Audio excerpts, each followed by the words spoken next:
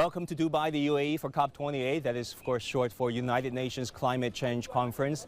This COP28 is attended by 70,000 participants from around the world, 200 delegations, over 140 heads of state, heads of government, and world leaders showed up in Dubai. So the key question now is, how do we act more decisively? In terms of deliverables for this COP28 in particular, there are a few. Number one, the global stock takes. It's drawing a scoreboard of sort on what countries said they would do versus how they have fared in reality since the Paris Accord. It reminds countries and nation states and government to accelerate their action and make even more pledges and, more importantly, deliver more actions on the ground to keep the 1.5 degree within reach. So the initial conclusion from this global stocktake is that if we act as we do now, the globe will be warming by about 2.6 degrees Celsius above pre-industrial levels. That is way above the 1.5 degree target set out in Paris.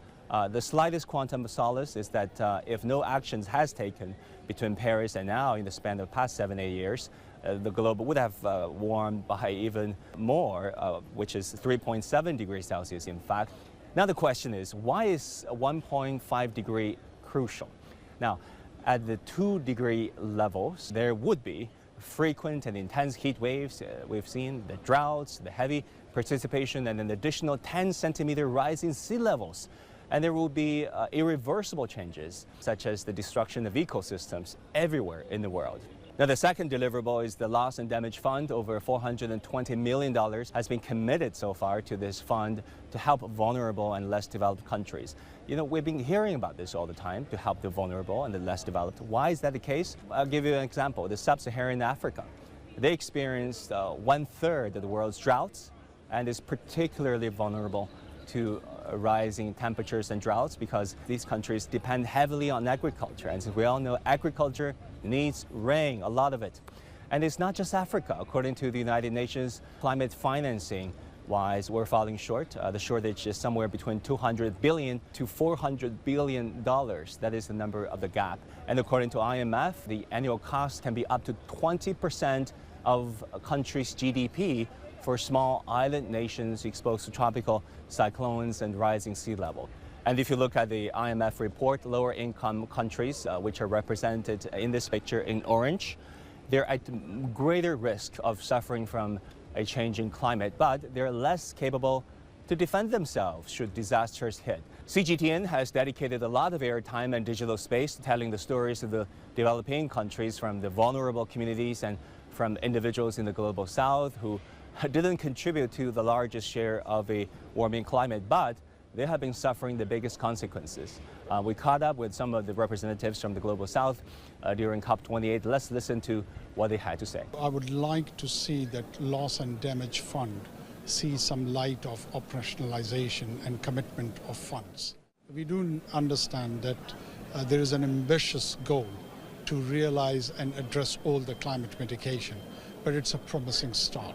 And we continue to need significant funds for adaptation for countries that simply will not be met unless there's a different approach to how we address both the capitalization. Los pobres, los países menos desarrollados son los que sufren las consecuencias de estas crisis que nos está generando el capitalismo. Small island developing states like the Cook Islands did not create this climate disaster. We shouldn't have to pay the heavy price for protecting ourselves from its impacts. Now, these leaders represent Pacific Islands, Asia, Africa, Latin America, and the indigenous communities of the world. They're all asking this question: how far are governments willing to go to fight climate change, which will be hopefully and eventually reflected in this nationally determined contributions, a written pledge by the end of COP28 in Dubai. Now, on the sidelines of COP28 in Dubai, we caught up with a number of guests. They shared their thoughts on the fight against climate change. Sônia Guajajara is the first minister of newly created Ministry of Indigenous Affairs in Brazil. Minister Guajajara, so good to see you. Welcome to Dubai. First of all, tell us about how satisfied and content you have been with the progress at COP28. Olha, Infelizmente, os progressos na COP ainda são muito incipientes, muito pequenos para o tamanho da urgência que o mundo já vive. Então, é preciso acelerar mais ainda os acordos, os compromissos e também a implementação desses compromissos. What would be your key messages to the world out there at this point, based on what you have observed happening at this COP when it comes to the fight against climate change? Para além de pensar na proteção ambiental, pensar também a proteção dos direitos humanos, a proteção das pessoas, a restauração das áreas degradadas, porque o que a gente vive hoje com os eventos extremos, já está causando muitas mortes. Então é preciso não só adaptar ou mitigar, mas também restaurar áreas já degradadas e proteger os direitos humanos para salvar as pessoas. We know that when President Lula took office, or won the election rather, he specifically set up this ministry for the indigenous people. You once said that this ministry setup was long overdue. Can you explain to our audience out there who might not be familiar with the episode, why such ministry and what has your ministry been doing in the past few months? O presidente Lula foi muito corajoso, em criar o Ministério dos Povos Indígenas, o primeiro ministério, e hoje estou aqui como a primeira ministra de Estado do Brasil, e ministra dos Povos Indígenas. E para nós é muito significativo essa presença indígena no governo federal, participando aqui oficialmente das discussões na Conferência do Clima, que isso dá oportunidade para que a voz indígena chegue de forma direta também nos espaços de negociação. Então, quando você compara o início, a retomada das COPs em 2009 para agora, há um aumento significativo da presença indígena de todas as partes do mundo aqui. E o Ministério hoje traz essa voz também dos povos indígenas de todas as partes do mundo. And then in what ways do you think the way of life of the indigenous people, of our ancestors, can teach today's people when it comes to living in harmony with the environment, with their surroundings, and at large in the fight against climate change? Então, onde tem a presença indígena, é certeza de floresta em pé, biodiversidade protegida, água limpa, alimentação sem veneno, culturas vivas.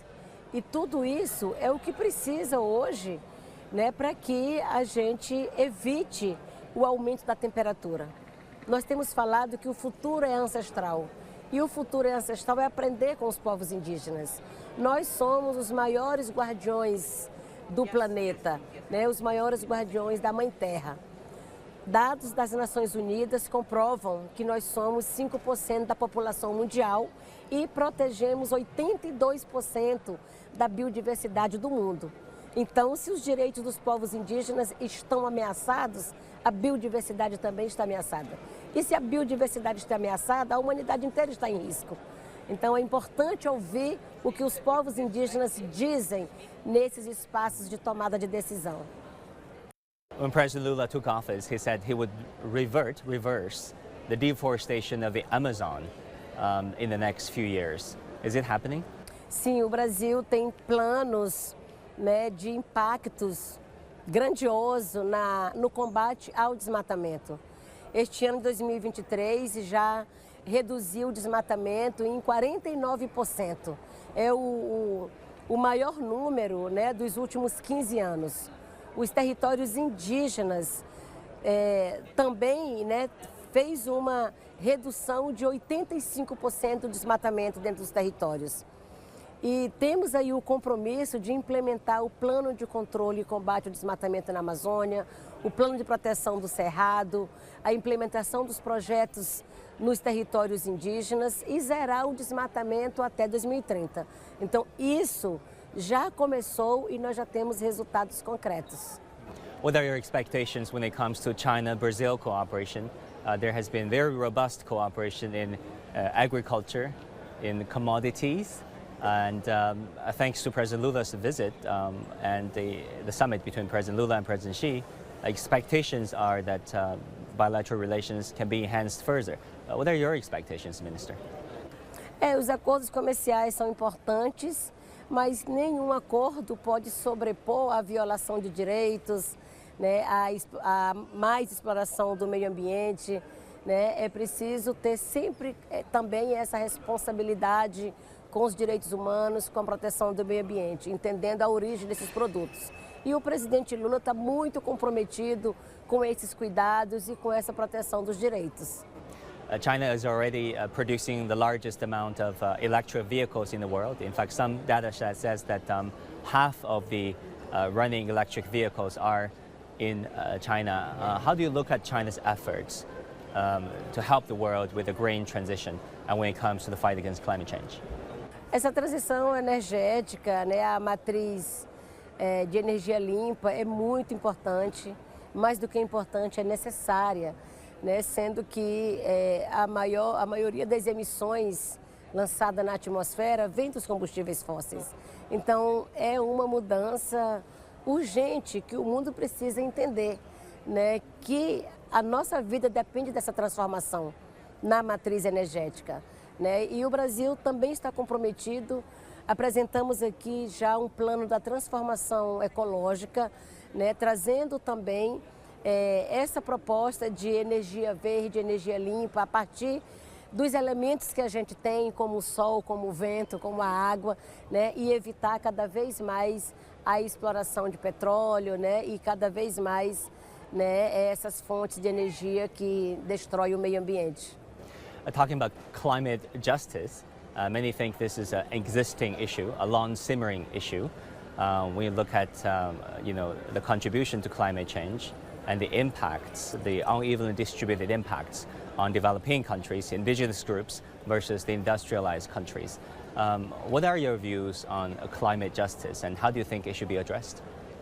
É verdade, né? Hoje há uma injustiça climática, principalmente com aqueles que mais protegem. Né? Os povos indígenas, comprovadamente, são os melhores protetores da floresta, mas são os primeiros que sofrem os maiores impactos com as mudanças climáticas. Né? Então é preciso reconhecer, né, quem são verdadeiramente esses guardiões, quem já está sofrendo esses impactos e fazer a justiça climática, né, pensando hoje, né, na adaptação, né, de como melhor combater as desigualdades, combater a fome, né, acabar com as guerras e fazer justiça com essas pessoas que estão preocupados e protegendo a partir do modo de vida próprio, né, o meio ambiente. Então é preciso uma mudança também em toda essa cadeia produtiva, nos sistemas alimentares, né? É uma mudança também de assumir parte dessa responsabilidade e procurar, né, formas mais sustentáveis de produção, né, e de consumo. E nós, povos indígenas, estamos trabalhando para isso, né? Assumindo espaços, levando essa mensagem, chamando para o reflorestar mentes, para que as pessoas tenham essa consciência ecológica, política global. I've been to Brazil 3 times. I'm always amazed by the ethnic and racial diversity of your wonderful country. There are mulattoes, mestizos, people of European descent, indigenous people, friends over there. Do you I see your outfit, which is amazing. Do you yourself find it difficult to balance, to preserve the ancient way of life while, taking note of what's happening, keeping up with modernity? And, is that a tall order? É um complemento, né? É um complemento, né, nas nossas vestimentas. A gente usa o que temos à disposição, né, por outras pessoas, feito por outras pessoas, mas é importante manter também aquilo que é nosso, né, nas roupas, nas línguas, nos cantos, na dança, né, porque é isso que é a nossa identidade. In China, in schools, one of the first things that we learned in history class is that the Native Americans, indigenous people in the Americas, and us Chinese originate from similar ancestors. Before the Berlin Bridge connecting Russia and Alaska were melting. We were one landmass, and then your ancestors probably emigrated from modern-day Mongolia, or that region, to modern-day America, and the other branch went to Asia. That is giving birth to all of us. Anything you want to say to your fellow Chinese friends and brothers and sisters watching this show? É que mantenha suas tradições e que continue criando muito, né? A China mundialmente sempre traz novidades, né? E que continue compartilhando também suas criações, suas inteligências, preservando sempre a sua origem, né? E mantendo sua identidade. Assim como nós no Brasil também, né? Estamos hoje participando do mundo político, estamos em vários espaços, mas a gente mantém essa conexão com a nossa origem e com a Mãe Terra. Thank you so much, Minister Guajajara. Thank you. Tá, muito obrigada.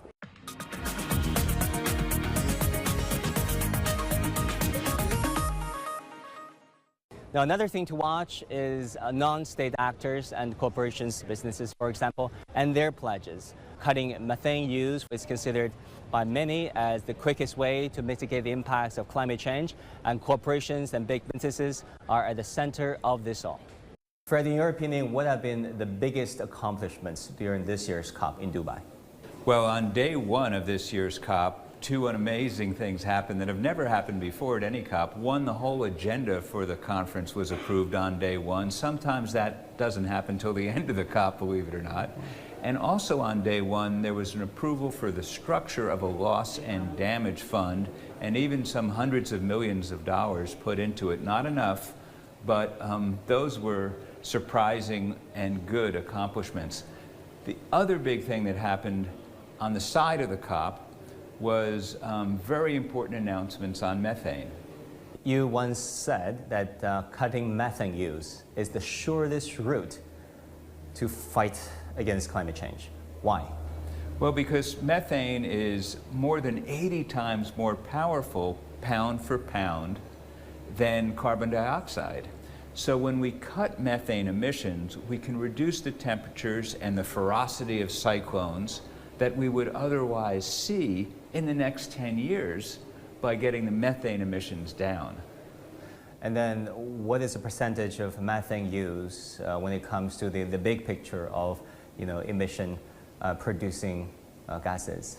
So right now, about a third of the global warming we're experiencing is from methane. But when we look at it on a go-forward basis, methane emissions will warm the planet about the same amount over the next 10 years. Methane emissions from, say, this year will warm the planet about the same amount over the next 10 years as all the carbon dioxide coming from all the burning of fossil fuels on the planet. So this is not a reason to go slow on carbon dioxide. We have to bring those emissions down as fast as we can for our grandchildren and great-grandchildren. But if we want to see an immediate impact of cutting emissions, that's where methane is so important. Let's talk about the specifics. You talk about the potency of methane's polluting effects. How so in terms of entrapping heat in the atmosphere rather? Well, methane is CH4, and that molecule, what it does is it is a very good insulator. It traps heat. Carbon dioxide does the same thing, but ounce per ounce, the methane traps 83 times more heat than the same weight of 80 times? More than 80 times than the same weight of carbon dioxide. So it's really potent, and it comes from many things that we do in our economy. It comes from oil and gas, it comes from landfills, it comes from coal mines, and it comes from livestock. Animal agriculture is a big source of methane also from the burps from the cow. We've been talking about a just transition. How important is it, and are we seeing it? Well, we're not seeing fast enough action. The COP process, the world needs to accelerate its move away from fossil fuels and toward clean energy. And in addition, it needs to do that in a way where people can thrive. So we can't hold people down. We need people that don't yet have access to electricity to be able to have electricity. So we need to lower emissions dramatically while at the same time lifting people up. That's the only way to solve global warming that's fair. It needs to be fast and fair. In some African countries we visited, there's no such thing as solar because they don't have enough sunlight, and they don't have hydropower because they don't have enough wind. So just echoing what you said, I mean, people there got the right to consume electricity. You know, they don't have necessarily those green means. Well, absolutely. And one great contribution that China is making, it's the leading manufacturer in the world of solar power, and it's making solar panels available at lower cost. So this makes it more practical, both in countries that are sunny and even now in countries that have less sun. How important is a China-US partnership? I was evidenced by the latest Sunnyland statements after the Xi-Biden summit in the global fight against climate change. Well, China and the United States are the two biggest economies in the world. They're the two biggest emitters of greenhouse gases, and they are the two most powerful countries in the world. So there's nothing that could be more important in climate change than having our two great powers cooperate with each other. And it was so encouraging, both in Sunnylands and then here at the COP, to see China and the United States announcing new agreements to cooperate. For instance, on methane, both countries agreed that in the future they will write commitments on how each country will manage its methane pollution into its nationally determined commitments, which is a fancy way of saying our pledges to the world. Out of all the agreements, the articles, as was reflected in the Sunnyland statement and their expressions, endorsements of support by Xi on the Chinese side and John Kerry on the American side, what sticks out to you? What specifics stand out to you as important and promising? Well, actually, because of the role of non-CO2 gases in warming our Earth up fast, the agreement to include all of them, methane, nitrous oxide, F-gases, into future commitments by both countries is tremendously important, because when the United States and China do that, it sets a good example that everyone should control not just carbon dioxide, but all the problematic polluting gases that are causing this great problem. You have been leading this Environmental Defense Fund for decades, right? And Yes. you've been working in the field of protecting the Earth for 3 decades? Yes, more. More. Tell us about how you see the current state of affairs, and also what is the EDF doing to levitate the situation, or alleviate the situation, rather? Yes, well, the Environmental Defense Fund is now focusing almost exclusively on climate change, and it's focusing on getting the pollution down, but also helping people thrive, even though the world is already warming and has more ferocious storms. Here at this COP, we are working not only on speeding the transition to a clean energy economy, but also getting the methane pollution down. But also we are working on integrating this conversation with agriculture, because there's ways farmers can be part of the solution. And we are also working on forestry issues. Avoiding deforestation is another big thing the planet, the world needs now, because when our forests burn, that releases a tremendous amount of carbon dioxide into the atmosphere. So I'm so happy to see in Brazil, they have dramatically slowed the rate of forest destruction just in the last year. And also the Chinese experience, the China experience has been much talked about. From your vantage point, what are some of the best practices that you've seen not only in China but across the world that perhaps can be shared with our audience from around the world? Well, the Environmental Defense Fund has had the privilege to be working in China for almost 30 years. We have partnered with the Ministry of Environment and Ecology during that time. And we have seen tremendous change in China. We have seen the air in the cities become so much cleaner, which is so important not only for climate change, but for people's day-to-day health.